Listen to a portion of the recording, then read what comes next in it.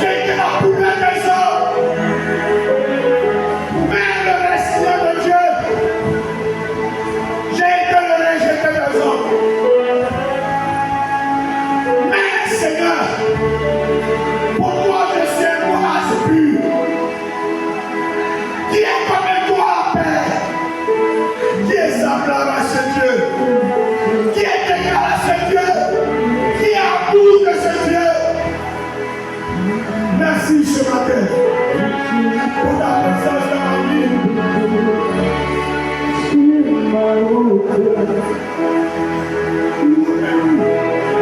Sur ma route, je chanterai, tu es fidèle.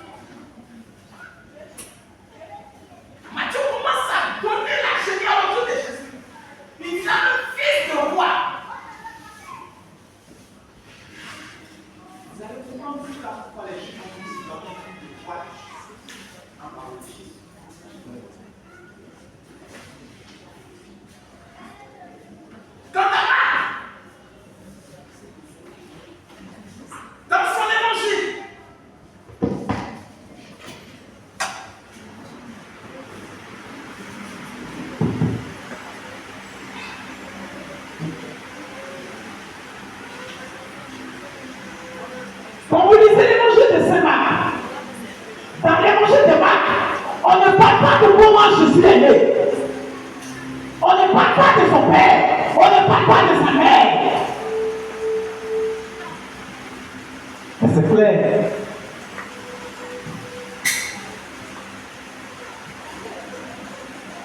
Jésus va te présenter comme un serviteur. Celui-là qui est au service des autres. Face des bœufs. Pourquoi le bœuf? Parce que les bœufs, autant jadis, étaient utilisés pour les travaux champêtres. C'était à la disposition des autres.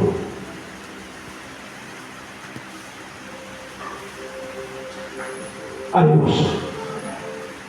On va aller prendre le même passage. C'est quelqu'un, à partir de verset 10. Quant à la figure de leur face, ils avaient tous une face d'homme.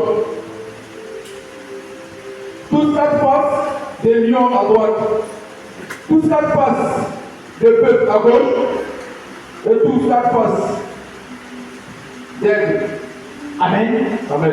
Lui, dans ta vie, qu'est-ce qu'il va faire? Il va présenter Jésus comme le fils d'un homme. Amen. C'est pourquoi il va dire celui-ci est le fils d'Adam. Or, Adam en hébreu, ça veut dire homme. Alléluia. Amen. Adam veut simplement dire homme en hébreu. Et c'est dans lui que vous allez voir les détails sur la naissance de Jésus. Comment il est né. Sa vie. Quand je l'ai Matthieu, il ne veut pas dire que dans Matthieu, il se présente comme un lion. Un lion est le signe de la royauté. C'est pourquoi Matthieu le présente comme un roi. Dans Marc, il est présenté comme un peu, comme un serviteur. Et dans Luc, comme le fils d'un homme. Ils avaient tous 4 faces. Une face d'homme, une face de lion, une face de bœuf, une face de terre. Mais ces gens, c'est l'apôtre Jean qui va faire sortir le côté divinité de Jésus. Quand vous prenez l'évangile de Saint Jean, il va dire au commencement était la parole. La parole était Dieu, la parole était avec Dieu. Et Jésus.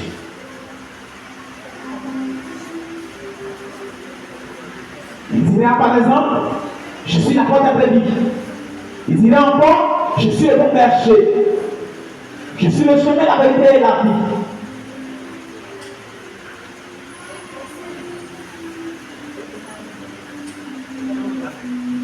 Matthieu le présente comme un roi, comme un lion.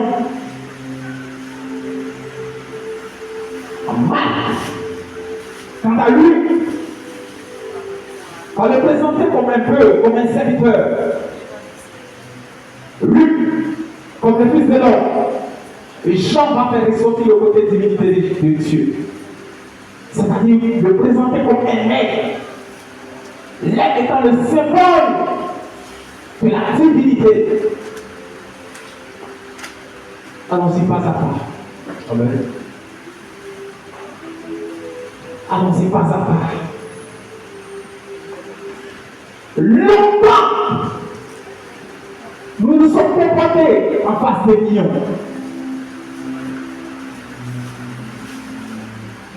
Longtemps, nous nous sommes comportés en roi de la forêt. Et ce matin, je suis venu faire quelque chose. Ce matin, je suis venu faire quelque chose.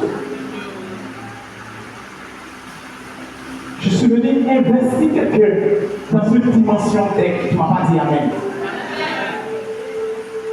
Je suis venu investir quelqu'un dans une dimension d'aigle. Tu ne m'as pas dit amen.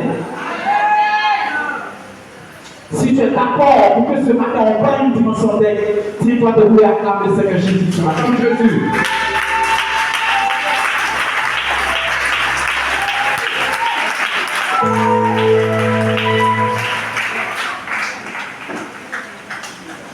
Alléluia. Le lion marche sans crainte.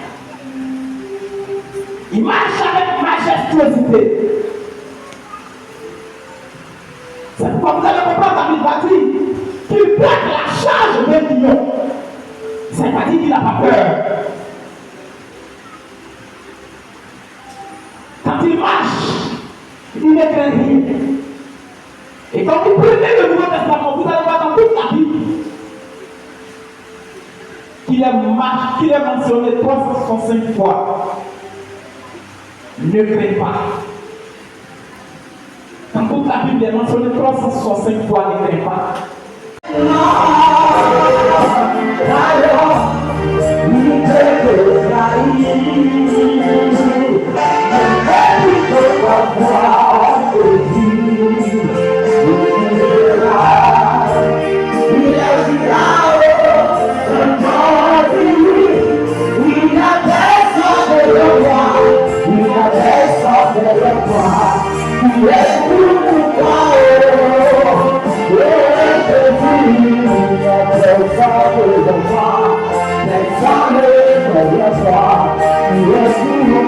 fall.